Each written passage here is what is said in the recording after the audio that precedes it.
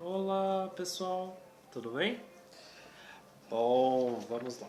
Que nem combinado, a gente tem que passar as aulas, né, até o dia 13 de setembro, se não me engano. E a gente vai tentar fazer aqui pelos vídeos da onde a gente parou, tá bom? Estou dentro de casa, estou de quarentena, então não estou muito arrumadinho, mas esse não é o foco, né? Vamos lá. Eu estou usando esse negócio porque eu acho que o áudio vai ficar melhor. E é isso, tá? Espero que a quarentena de vocês esteja indo muito bem, que vocês estejam rezando tudo certinho. E a gente vai seguir o calendário, né? Que a gente já tinha feito desde o início da catequese. Eu lembro que a gente parou na parte dos 10 mandamentos, lá no dia 1º de março. Ah, Por que que a nossa catequese meio que tinha a ideia de dividir os 10 mandamentos em duas partes, né? E por que do 1 ao 3 e depois do 4 ao 10? A questão é o seguinte, a gente tem que ver todo o Antigo Testamento, tudo que vem antes lá, que era utilizado é utilizado até hoje pelos judeus como uma... Os meus cachorros estão brigando aqui. Como uma releitura sempre do ponto de vista de Jesus Cristo. Na passagem que é indicada aqui para a gente poder fazer a meditação, que é Mateus capítulo 22, versículo 34 ao 39, tem um trecho que explica muito bem por que essa divisão entre do 1 ao 3 e depois do 4 ao 10º mandamento, né? Especificamente no versículo 37. Ele, Jesus Cristo, respondeu: Amarás o Senhor teu Deus com todo o teu coração, com toda a tua alma e com todo o teu entendimento. Este é o maior e primeiro mandamento, que correspondem aos 3 primeiros mandamentos do Antigo Testamento. E ele continua no versículo 39. Ora, o segundo é semelhante a este: amarás o teu próximo como a ti mesmo. Toda a lei e os profetas dependem desses dois elementos, né? Um pouco mais para frente na história, né, escrita nos evangelhos, ele troca o amarás aos outros como a ti mesmo por amarás o próximo como eu, Jesus Cristo, né, dizendo eu, Jesus Cristo, te amei. Né, para a gente começar a amar o outro não com o amor humano, mas com o amor divino, que é um amor que é entregue gratuitamente ao cristão, né, ao católico, especificamente através do Espírito Santo. Então vamos lá. Por isso a divisão entre a questão do 1 ao 3, que são os versículos referentes a amar a Deus sobre todas as coisas, e do 4 ao 10º, que é referente ao amar ao próximo como a ti mesmo, ao amar o próximo como Jesus nos amou. Tá bom? Vamos lá. O primeiro mandamento, né, a questão de amar a Deus sobre todas as coisas, né, diz muito respeito às virtudes teologais, né? A gente chama de virtudes teologais porque tel, né, vem de Deus, então são aquelas virtudes que são impossíveis de ser criadas por força humana. É sempre uma graça divina que alcança o coração que está aberto a recebê-la, né? Então é todo aquele tipo de virtude que vai ao ser humano através dessa graça que o ser humano se abriu a receber. Nesse sentido, as 3 quais são? Fé, esperança e caridade. As 3. A fé diz muito respeito à confiança que nós temos no Senhor, né? A questão de entender aquelas coisas reveladas através dos profetas, da história ou inclusive da Igreja Católica, e aceitar aquilo como uma verdade. Não porque às vezes eu, Felipe, pessoalmente, tenho uma inclinação a entender uma realidade divina de maneira particular. Não é assim que as coisas funcionam, pelo menos segundo a doutrina católica. Isso pode ser muito aceito, por exemplo, na religião protestante, onde há uma interpretação pessoal de cada pessoa das Sagradas Escrituras de acordo com a realidade de cada um. Não que na Igreja Católica não tenha essa vertente de você acolher a palavra de uma maneira particular, mas as verdades de fé, os dogmas de fé, aqueles católicos não dependem de uma percepção pessoal, né? É de uma percepção de verdade, né? A verdade não é relativa, pelo menos segundo a Igreja Católica. A Igreja é algo definido, a verdade é Jesus Cristo. Quando ele fala eu sou a verdade, eu sou o caminho, a verdade e a vida, é a verdade, é Jesus Cristo. Então existe uma verdade e por isso também existe uma mentira. E o cristão católico entende que a verdade é revelada por Deus e administrada e lecionada pela Igreja Católica. E entendendo que essa verdade é uma fé, e por ser uma virtude teologal, não é algo que o ser humano tenha capacidade de desenvolver por si só. São revelações divinas sobre coisas que a percepção humana não alcança. Então Deus ele se faz carne para conseguir nos revelar algumas questões sobre o céu, inclusive em parábolas, né? Ele fala, os profetas também têm essa intenção de revelar coisas que não são eles que produzem, mas a eles foram reveladas e a eles foram confiadas essa comunicação ao resto da humanidade. Tá? Então, contra a fé existem pecados específicos, por exemplo, a heresia, acho que vocês já devem ter ouvido falar, né? Herege, né? Vamos, sei lá o que tal, alguns memes às vezes falam sobre isso. O que é a heresia? A heresia é quando uma pessoa católica, né, que se diz católica ou batizada, ela pega um ponto específico da fé e interpreta de maneira pessoal, com a sua própria convicção, distorcendo alguns entendimentos da Igreja Católica. Então vamos dizer, por exemplo, o dogma da virgindade da Virgem Maria. O que acontece? A Igreja Católica tem isso como um dogma, tem como isso verdade. Maria é virgem, foi virgem, será por toda a eternidade virgem. Um herege pode entender todos os outros dogmas da Igreja Católica como verdades e pegar esse específico da virgindade de Maria e falar, não, esse eu não aceito, porque na verdade, na minha compreensão pessoal, Maria foi virgem até certo momento e José e ela coabitaram e acabaram tendo Jesus Cristo. Então entenda, ele não está duvidando de toda a fé católica, mas esse ponto específico ele acha que a interpretação pessoal dele é mais relevante do que aquela revelada divinamente. E por isso é uma heresia. Entende? A heresia é isso, essa ruptura de algum ponto específico. É diferente da apostasia, por exemplo, que é a negação total do que a Igreja Católica passa. Então, eu não estou nem aí sobre a questão da Virgem Maria, não estou nem aí quanto à revelação do que é uma Santíssima Trindade, sobre a Eucaristia. Isso tudo é negado em meu coração e não é verdade.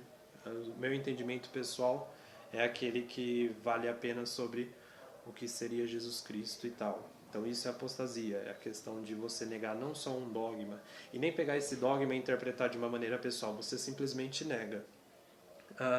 O cisma é CISMA, é quando você tem uma ruptura,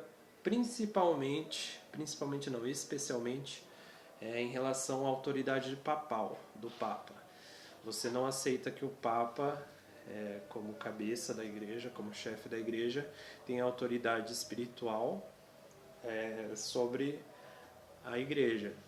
Você acha que, por exemplo, um dos argumentos, né, que poderia ser usado é que um ser humano não tem essa autoridade de ser, digamos, uma ponte, né, aquele que vai ser o pastor da Igreja Católica. Você não acredita nisso. Você pode ser católico com muitas aspas enormes, falando que o Papa é só um homem que não tem autoridade sobre a Igreja, que na verdade É um ser humano qualquer que não foi eleito pelo Espírito Santo e que tanto faz. Não é assim que a Igreja Católica compreende. Ela realmente entende o Papa como um ser humano, ele não é Deus, ele pode ser um santo, né? Não é todo Papa que se torna santo, mas há a possibilidade. Aliás, o João Paulo II, que foi o antecedente ao Joseph Ratzinger, né, que é o Bento XVI, foi canonizado, é santo. Eu estou vendo que o vídeo vai demorar mais do que 15 minutos, já peço desculpa. Mas a questão é que o Papa ele tem autoridade de administração sobre a igreja aqui terrena, pelo menos. A do céu, né? Claro, a questão é outra, mas pelo menos aqui na Terra ele é o representante da igreja, ele é quem rege a igreja. Claro que com a ajuda dos cardeais, que são os príncipes da igreja, né? Aqueles que podem vir a se tornar um Papa, também dos bispos, do clero e dos leigos também. Os leigos também participam dessa unidade da Santa Igreja Católica, sem sombra de dúvidas, né? Mas o respeito à autoridade papal é algo que não cabe a um cristão católico, verdadeiramente dizendo, ser cismático, né? Cair no pecado da cisma. Incredulidade é quando não crê, né? E a dúvida pode ser voluntária ou involuntária. É normal você ter uma dúvida, assim, mas você alimentar essa dúvida sem buscar o que é a verdade revelada pela Igreja Católica, isso sim acaba tornando um pecado. Então, voltando àquele exemplo da questão da virgindade de Maria. Eu tenho dúvidas sobre esse ponto específico. Você tem duas opções. Você tem a opção de rezar, buscar o conhecimento da doutrina católica e mastigar bem, rezar, pensar, Senhor, por favor, me dê essa iluminação de verdadeiramente aceitar essa verdade no meu coração. Ou você tem a opção de pegar essa dúvida e mastigar essa dúvida sem fundamento religioso, mas apenas pela lógica racional humanista, e provavelmente você vai acabar se desvinculando dessa verdade. Você vai falar, olha, realmente Maria não era virgem, porque essa é a lógica humana, né? Mas como eu disse, as virtudes teologais, fé, esperança e caridade, são fonte divina, não é da fonte da lógica humana.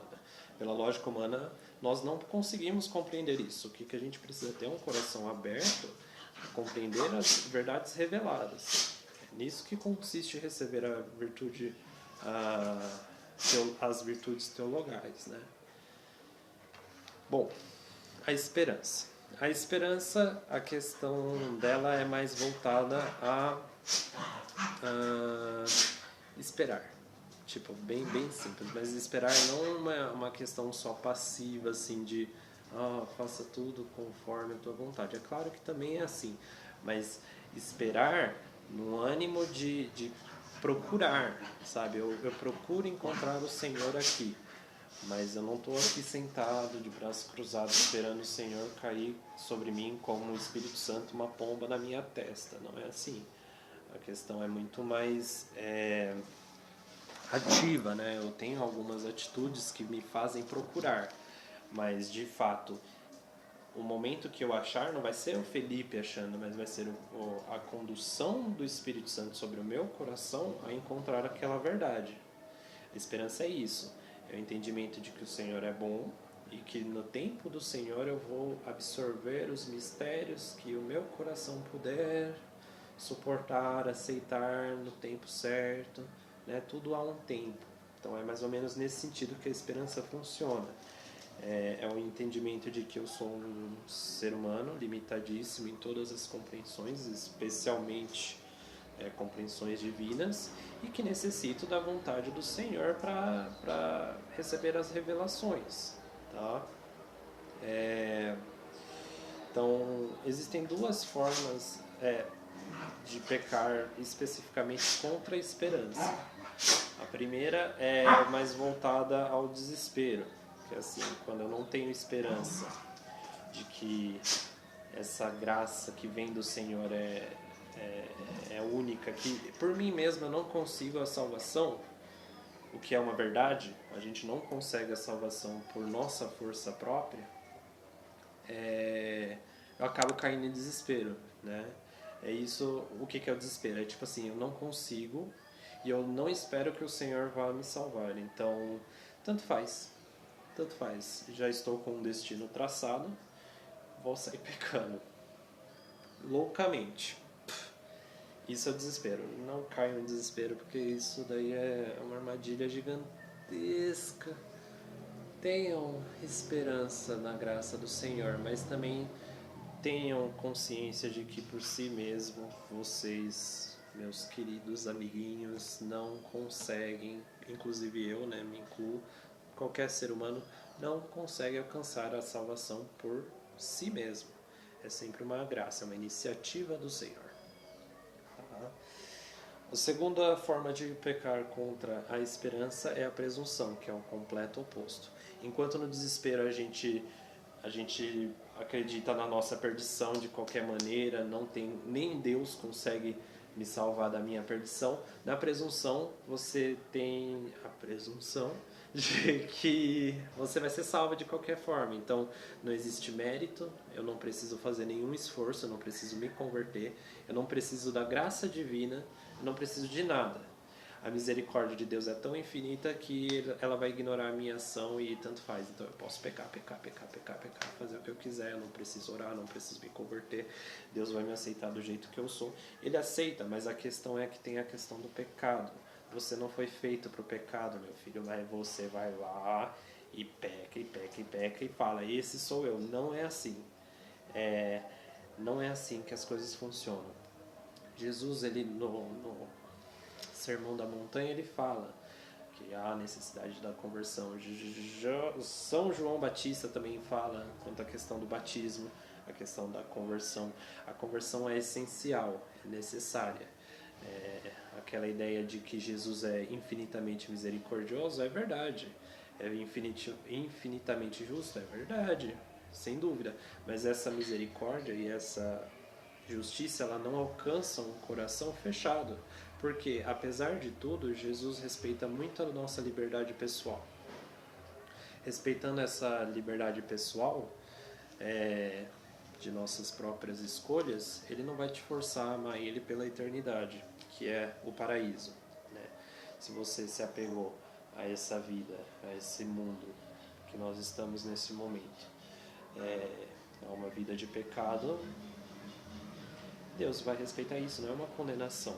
É como se eu pegasse um garfo, enfiasse com toda a força na tomada e falasse e esperasse que não tomasse choque. Tomando choque, eu falasse que a culpa era do garfo. Não é, foi uma ação minha. É a mesma coisa na questão da presunção.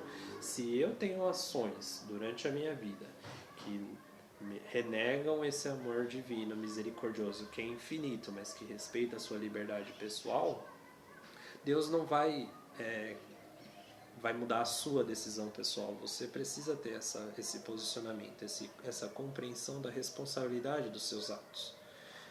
Entende? Não é uma ameaça, não é uma questão de condenação, é uma questão de consequência natural das coisas. Entende? Então, se você viveu a sua vida inteira no pecado sem a menor intenção de esperar na graça do Senhor, seja por presunção ou seja por desespero, o Senhor não pode fazer nada. A única coisa que a gente pode fazer é verdadeiramente cultivar cada dia uma conversão pessoal, uma ideia de que realmente eu preciso do Senhor e que por mim mesmo eu não tenho forças para nada. O sol que me aquece o dia inteiro está lá longe. Se estivesse um pouquinho mais próximo eu era carvão, se estivesse um pouquinho mais afastado eu era um bloco de gelo. O ar que eu respiro a cada momento mantém a minha vida, o alimento, a água que eu preciso dessa manutenção. São coisas, realmente, eu sou completamente dependente da graça divina, diariamente, a todo instante. Se eu não consigo reconhecer isso, isso vai ser retirado de mim. por causa de uma decisão minha de ser apartado de Deus durante toda a minha vida, né? Durante toda a minha vida, em todo momento, essa graça é entregue, essa graça da vida, da manutenção da vida. E quando nós morremos, temos a oportunidade da vida eterna ou da morte eterna, que é a realidade do inferno, né? Mas, repetindo, não é uma questão de ameaça, é uma questão de consciência. Precisamos abraçar essa graça divina que respeita a nossa opção. Terceira virtude teologal, caridade. O que é caridade? A caridade não é a caridade compreendida naturalmente de ajudar o próximo com esmolas ou alguma coisa assim. A caridade aqui, ela tem que ser compreendida como o amor de Deus, o amor que só pode ser feito pelo Espírito Santo. O ser humano tem capacidade de amar, né? Mas é um amor animal, né? Um amor que você consegue ver no seu cachorro, né? Um animalzinho, o cachorro vai lá, te dá carinho, é a coisa mais fofa do mundo e é uma coisa gostosa, bonita, legal. Cachorro latindo agora, não sei se saiu no rádio, mas essa questão não é um amor bonito, legal, mas limitado, muito limitado, muito vinculado aos prazeres que vêm através dele, muito vinculado ao afastamento da dor, né, uma questão meio helenística e tal, mas a questão é que realmente esse amor é limitado, não é um amor puro, um amor que vem através do Espírito Santo. Quando, por exemplo, no batismo de Jesus Cristo, é dito que o Senhor fala: eis aí o meu Filho amado, né? E desce uma pomba sobre ele, que é o Espírito Santo. Ele fala: eis aí o meu Filho amado. E ele ama como? Como é que Deus ama? Através do Espírito Santo. Por isso que a pomba desce, entende? Tem o Pai, tem o Filho, e dessa relação de amor de Deus realmente que surge o Espírito Santo. Então, o amor caridade é esse amor que é alimentado pelo Espírito Santo, que o ser humano é incapaz de amar dessa maneira, dessa profundidade divina, mas que pela graça divina pode ser alimentada, né? Um amor, não esse amor do mundo, esse amor vinculado necessariamente ao prazer.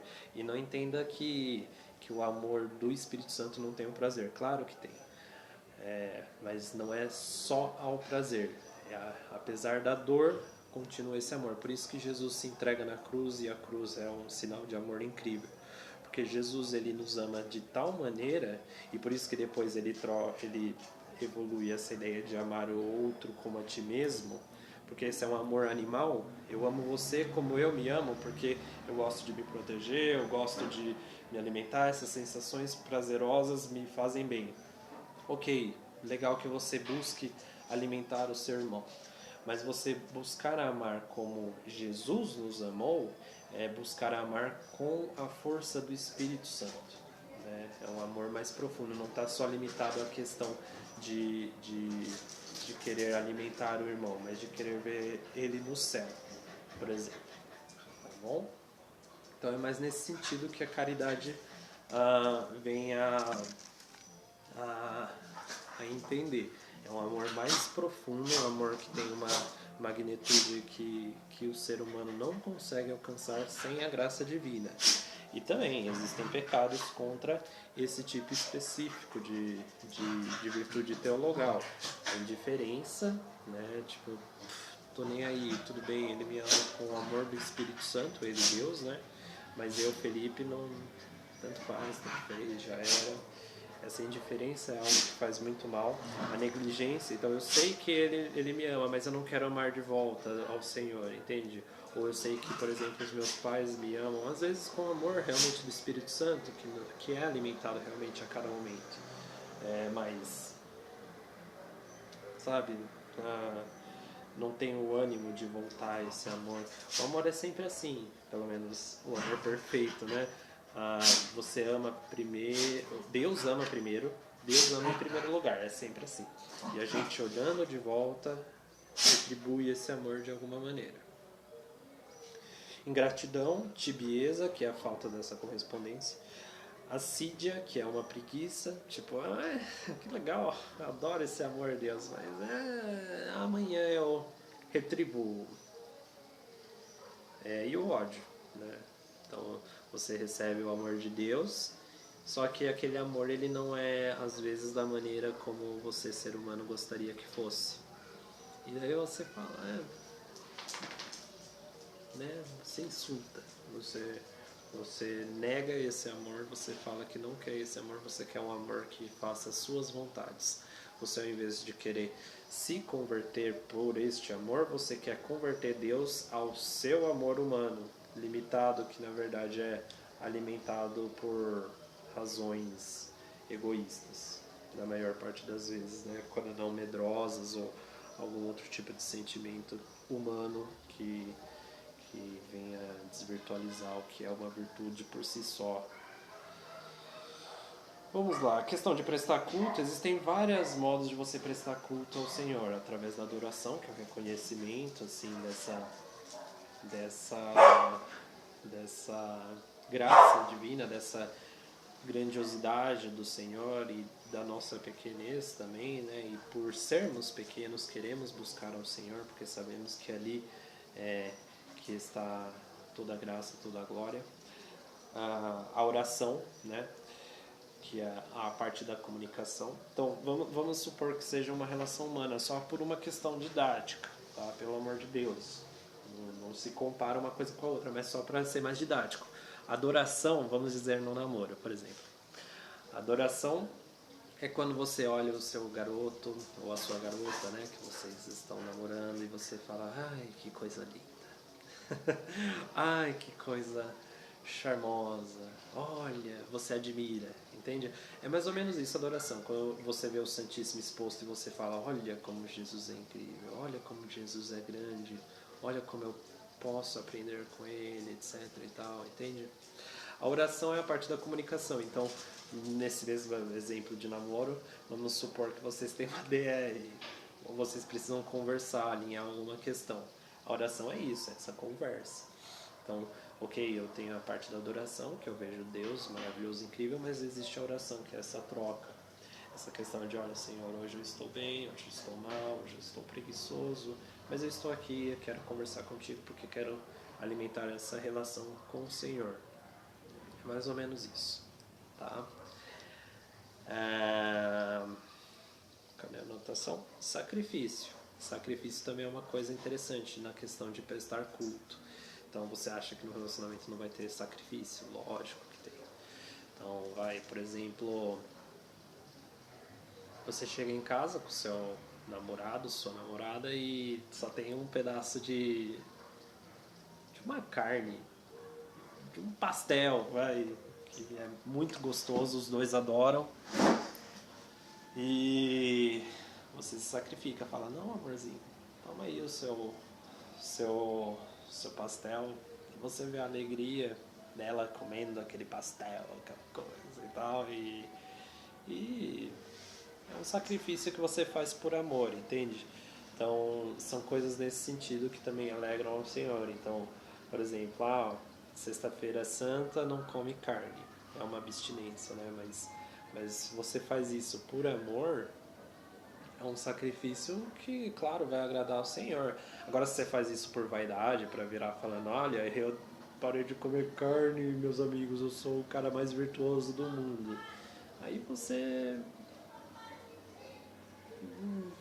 sabe, perdeu toda a essência.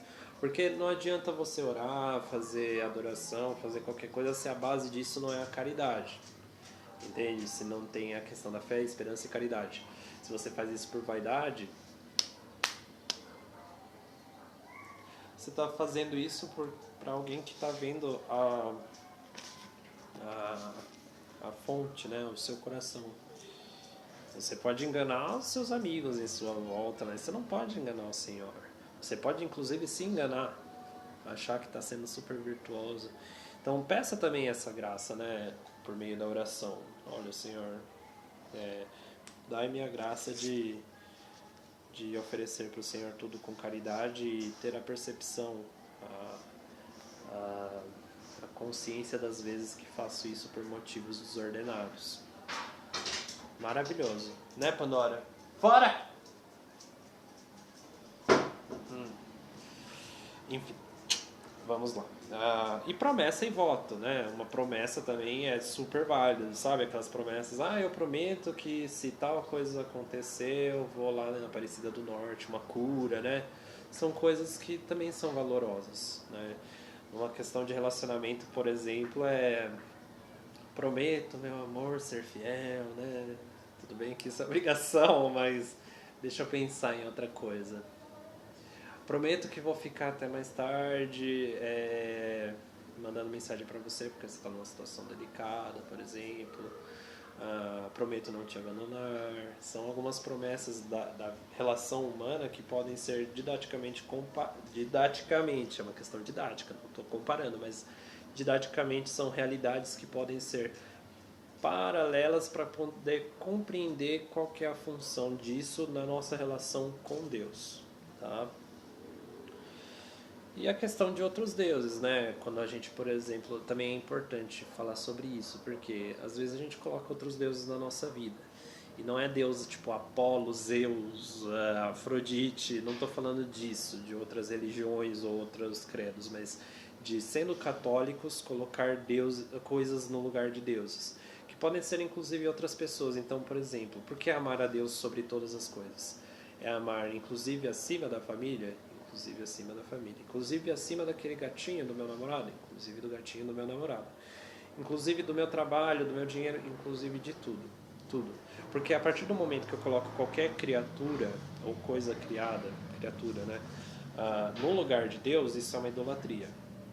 Isso costuma ser injusto com aquele que a gente coloca no lugar de Deus, porque a gente acaba cobrando daquela pessoa que ela seja Deus na nossa vida, e acaba sendo injusto para nós mesmos porque criamos uma expectativa que não existe numa pessoa limitada. A fonte de do que vai saciar a nossa fome, nossa sede espiritual, emotiva, etc., é Deus. Tudo aponta a Deus, entende? Você pode não ter essa compreensão hoje, mas às vezes a gente acaba idolatrando outras coisas, por exemplo, faculdade, carro, uma relação, um amigo, alguma coisa assim. É injusto com aquele que é o alvo da minha idolatria, e também é injusto com a minha percepção, porque eu vou me frustrar muito quando eu perceber que aquilo realmente não é Deus. Aquilo vai me machucar muito, vai me fazer mal, etc e tal. Então a idolatria é uma coisa muito, muito, muito, muito perigosa nesse sentido. Por isso que às vezes a gente não consegue aceitar alguns tipos de traumas, porque a gente acaba deusificando aquela coisa, e quando percebe que aquilo não é Deus, que não é aquela fonte de bondade, as coisas batem de uma maneira que a gente não consegue aceitar e dá muito errado. Então, nesse sentido, não coloque nada como se fosse Deus, tá? Mas não caiam na tentação de também amar a Deus sobre todas as coisas e desprezar o resto. Não. Amar a Deus sobre todas as coisas, mas amar também a minha família, meus amigos, meus inimigos. Deus pede isso, Jesus Cristo pede isso, né? Deus Filho. São coisas essenciais e importantes. O ateísmo, né? A questão de você não acreditar em Deus nenhum. Agnosticismo, eu não sei falar essa palavra. Ai, caramba, o livro que eu li eu esqueci de colocar aqui na mesa. Eu não vou procurar agora porque o vídeo já está bem longo. Mas a questão é de você acreditar num Deus inacessível. Agnostismo. Eu não sei falar. É isso. Procurem alguma coisa parecida com o que eu falei e vocês vão achar no Google. Mas não procurem demais. Superstição também, né? Você colocar o seu destino, o seu futuro numa vassoura de cabeça para baixo atrás da porta. Meu amigo, você acredita em Deus, né? Vai acreditar que uma vassoura atrás da sua porta vai espantar a sua sogra? Ou algum tipo de pessoa mal intencionada, tal. Entendam, a Igreja Católica ela não fala que você vai espantar os seus problemas sendo católico. Aliás, pode ser que até aumentem. Santos foram martirizados, defendendo a sua fé. Torturados, perderam tudo, inclusive na questão financeira também. Então, a compreensão da Igreja Católica não é de afastar, é inclusive de incluir, de absorver essas pessoas que tenham perseguido, inclusive pessoas por motivos religiosos. Paulo de Tarso, que é o Saulo de Tarso, que é o apóstolo Paulo, né? Que escreveu metade do Novo Testamento, as cartas, né? Ele era um perseguidor, matou vários cristãos, inclusive um dos cristãos que foram mortos e é descrito, se não me engano, no Atos dos Apóstolos, ele estava lá assistindo esse Paulo de Tarso, o apóstolo Paulo. E ele se tornou um baita apóstolo dos gentios, né? Gentios são os estrangeiros naquela época, né? Eles eram chamados de gentios. Mas a questão é que, de fato, a vida católica não vai te afastar dos problemas. Deus não é um amuleto. Deus não é uma coisa que vai te afastar dos desafios do cotidiano. Ele vai te afastar, sim, das ações do demônio, mas você pode muito bem presenciar pessoalmente essas ações do pecado, do demônio e ter que combatê-las, inclusive na sua vida espiritual, quanto a tentações diretamente relacionadas a você. Então não espere que será uma coisa fácil, né? A questão da adivinhação também, né? Horóscopo, essas coisas não convém ao católico. Não está dentro da doutrina, não é algo aceitável, não é algo razoável à nossa fé. Porque ao futuro cabe ao Senhor e a nós cabe fazer a vontade do Pai, como a gente diz no Pai Nosso, né? Seja feita a tua vontade, assim na terra como no céu. Inclusive quando a sua vontade for contrária à minha, que não sabe de nada, que é limitada, que é temporal, que é pequena, que não tem a percepção de nada. É assim que funciona, tá bom?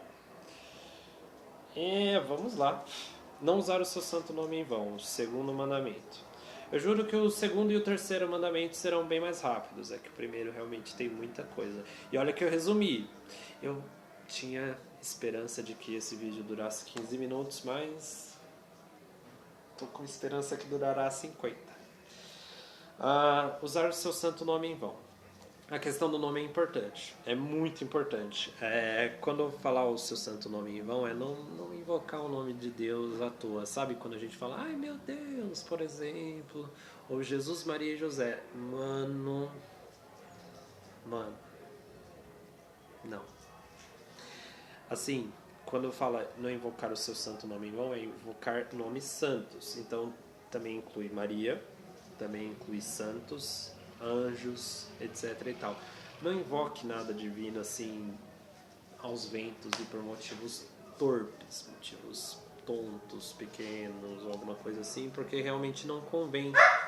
Não convém você invocar algo santo para algo pequeno, miserável, né? Algo que não há necessidade. Você não se direciona ao rei de um país para falar sobre pipoca. Você vai se direcionar ao rei do universo, criador do céu e da terra, de todas as coisas visíveis e invisíveis, cheio de títulos incríveis, maravilhosos que podemos ver na oração do creio, porque você toma um susto. Não faz isso, por favor. Tá bom? A importância é tamanha no nome que, não sei se vocês reparam, mas toda oração que um católico inicia, ele invoca o nome da Santíssima Trindade. A gente faz em nome do Pai, Filho e Espírito Santo. Amém. Sempre.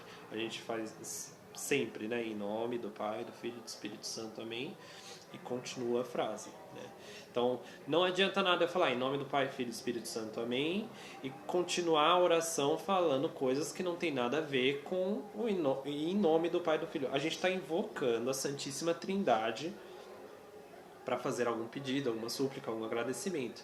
Mas não convém chamar o nome da Santíssima Trindade a coisas que não são dessa vertente. Então, vamos supor, em nome do Pai, Filho e Espírito Santo, amém. Mate o meu irmão, meu amigo. Como é que você vai falar que algo é em nome da Santíssima Trindade sobre um assunto que a Santíssima Trindade não aceita, que não é da sua competição? Você não é dono da vida da outra pessoa, de quando ela vai se extinguir ou quando ela vai continuar. Entende a importância disso? É por isso que Jesus fala que Deus ouve todas as orações, mas às vezes as orações são com não, né? Às vezes elas são ignoradas. Eu falo em nome do Pai, Filho e Espírito Santo e invoco uma coisa que não é da vontade do Pai. Você acha que o Pai vai fazer isso? Não vai, cara, não vai. Você precisa ter consciência do que você está pedindo.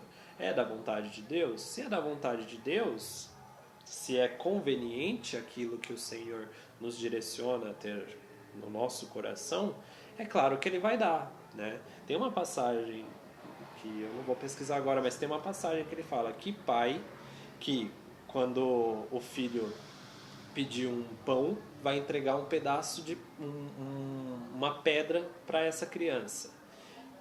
Que pai que o filho pedindo, eu não sei o que ele pedia, mas vamos dizer água, que pedindo água, o pai vai dar uma cobra.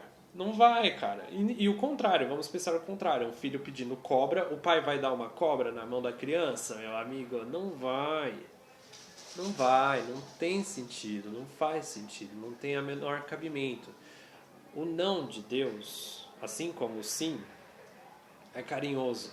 É que a gente tem o costume de achar que o sim é sempre carinhoso e o não é sempre algo egoísta, é algo ruim, porque a gente é mimado.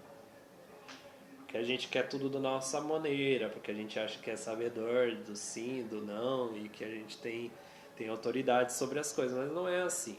Não é assim que as coisas funcionam. A gente tem que pedir com humildade para o Senhor algumas coisas que às vezes nos faz falta, mas se o Senhor acha que tem que fazer falta mesmo, tem que cortar, Ele vai cortar. E cabe a nós ter também a humildade, a paciência de aceitar a vontade de Deus. É difícil, é muito fácil falando aqui, mas é algo que a gente precisa praticar no nosso cotidiano, tá bom? Então essa questão do em nome do Pai, do Filho e do Espírito Santo, quando for iniciar uma oração, é algo essencial. A gente tem que tomar muito cuidado com o que a gente fala em oração. Porque toda oração a gente está falando em nome da Santíssima Trindade. Não existe nada mais santo do que isso em toda a existência. Capite? E o último mandamento, terceiro mandamento do Antigo Testamento, guardar domingos e festas, né? No Antigo Testamento, se vocês forem procurar, provavelmente vai estar escrito vai estar escrito guardar sábados para o Senhor. Mas por que sábado? Porque o Antigo Testamento ele está voltado à questão da criação do mundo, né? No sétimo dia da criação do mundo, Deus descansou. Então, no sétimo dia da semana, é justo que o ser humano também descanse, que é o sábado. O último dia da semana é o sábado. O que acontece? Quando Jesus veio à Terra, o Antigo Testamento, como eu disse no início, o Antigo Testamento ele tem que ser interpretado para um cristão católico sempre do ponto de vista de Cristo, né? O Antigo Testamento ele só tem sentido em Jesus Cristo. Esse sábado, a plenitude do sábado ocorre no domingo. Por quê? Porque é no domingo que Jesus ressuscitou. O terceiro dia, morreu na sexta. A gente conta o dia que ele morreu. Então, sexta, sábado, domingo. No terceiro dia ele ressuscitou. E quando ele ressuscita, tudo se cumpre, né? Jesus fala, está consumado. Na cruz, ele fala, está consumado. Por quê? Porque a paixão a, a extinção dos pecados, que é a morte da nossa alma, que é muito pior do que a morte corporal, está limpa. Então, é uma nova criação. A criação existente foi recriada, foi remoldada de acordo com a vontade de Deus lá antes de Adão e Eva, antes da criação em si. Então, o novo sábado é o domingo, que é o dia da semana que a gente tem para adorar ao Senhor, para passar um tempo com a família, para descansar nosso corpo, nossa mente, dos trabalhos realizados durante a semana. Então, de segunda a sábado, não é que eu deixei de ter a relação com o Senhor de segunda a sábado, mas de segunda a sábado eu tive uma relação com o Senhor, mas voltada ao trabalho. Então, ali no trabalho eu estava trabalhando na criação do mundo, né? Digamos assim, do meu mundo. Então, eu estava lá mexendo com arquivos, eu estava lá construindo uma casa, eu estava lá cozinhando, servindo as pessoas. Eu estava servindo ao Senhor, amando ao Senhor através do meu irmão, né? Especificamente, é o meu irmão desconhecido, não o meu irmão necessariamente meu amigo ou minha família, mas o meu irmão sociedade, né? Essa questão da relação de sociedade também é muito importante para o cristão. Então, através do meu irmão, eu estava servindo ele, mas sempre apontando a Cristo, apontando a Deus. Então, eu estou aqui fazendo esse relatório tal para a manutenção da criação, da natureza, né? Eu estou aqui, pelo menos esse é o certo, né? Vamos dizer que você trabalha num pedágio, estou aqui na manutenção da ordem dos tráficos. Entende a importância da questão do católico inserido na sociedade? Mas a questão aqui você não é mais importante do que ninguém, você está fazendo a sua parte, você é um pequeno ser humaninho numa sociedade super multifacetada, mas a questão é que você está ali, tal, de boa, fazendo o seu trabalho, a sua parte pela manutenção da criação que foi entregue ao ser humano. E toda a criação, ela foi criada para levar o ser humano a Cristo, né? Se por um acaso algum aspecto da criação ele é desvirtualizado, ele sai dessa linha de ser a direção para a salvação, isso deve ser afastado. Então, a questão do pedágio, por exemplo, você está fazendo o seu trabalho para auxiliar no tráfico e tal, mas você sabe que a sua empresa é corrupta e você está participando disso. Pronto, você precisa se afastar desse tipo de situação, de alguma maneira, porque isso não está levando a melhor administração da criação, do espaço, né, da questão da natureza, mas não só da questão ecológica, mas da natureza das relações humanas. Mas é uma questão muito mais profunda. É uma questão de realmente toda e qualquer ação no meu cotidiano é feita para encontrar ao Senhor, para ser um espelho do Senhor no dia a dia do meu irmão, né? Então é mais ou menos isso. Qualquer trabalho que você faça é nesse sentido. Você tem que ver se ele realmente te leva para algo bom, se há a possibilidade de você converter este trabalho a algo bom, ou se realmente ele não tem essa virtude, você aí precisa se afastar, né? São situações muito difíceis. Então, assim, tudo bem, a questão salarial diferencia muito a qualificação, essas coisas, e tudo bem, não tem problema essa questão, desde que o mínimo, assim, para que a pessoa tenha uma dignidade seja pago, e pago com justiça. Mas do mínimo para cima, né? Também não se apegue demais ao dinheiro, mas a questão do foco dessa discussão é isso. O trabalho que eu faço de segunda a sábado, né, é um trabalho nesse sentido de glorificar ao Senhor através do trabalho. Chega o domingo, é o dia onde eu vou repor minhas energias, onde eu terei uma relação mais direta com o Senhor, enquanto no resto da semana eu tive o foco da minha relação com o Senhor através do meu irmão.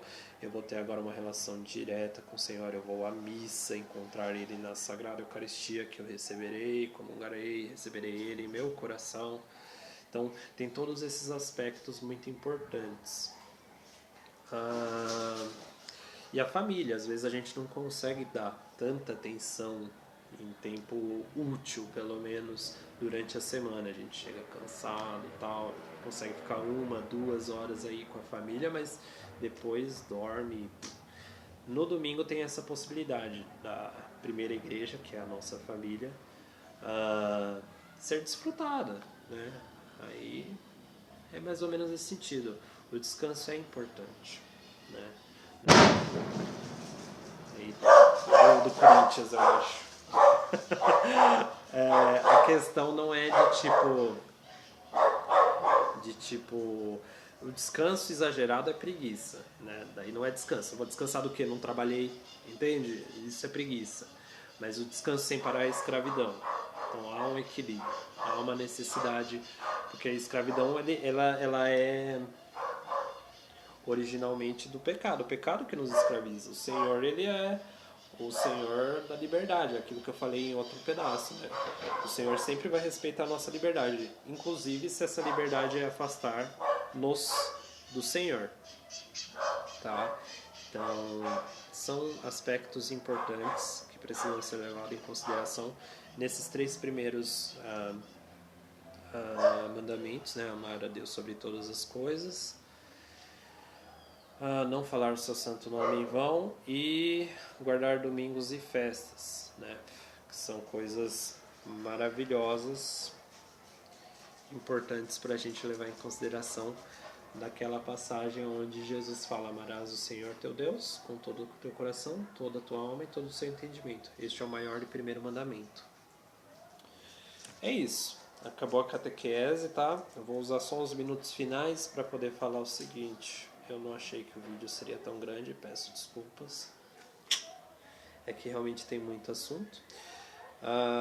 Eu vou tentar então, sabendo que o vídeo está um pouco mais longo, eu não vou fazer 2 vídeos por semana não, porque senão vai ficar muito chato para vocês. Vou fazer só um mesmo, tá? Eu vou tentar organizar aqueles assuntos mais importantes daquele nosso calendário.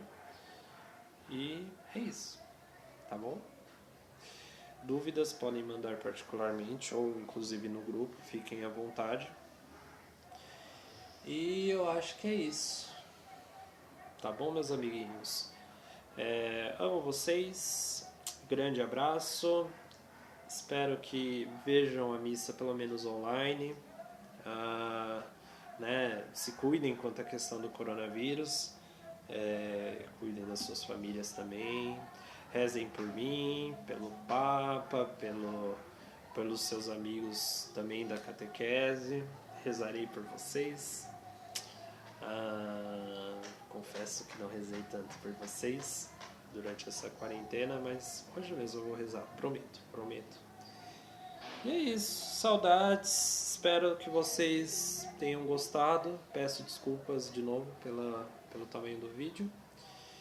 E vocês têm a semana inteira aí, vejam 10 minutinhos por semana, quando vocês estiverem lavando a louça, etc. Então, tá bom?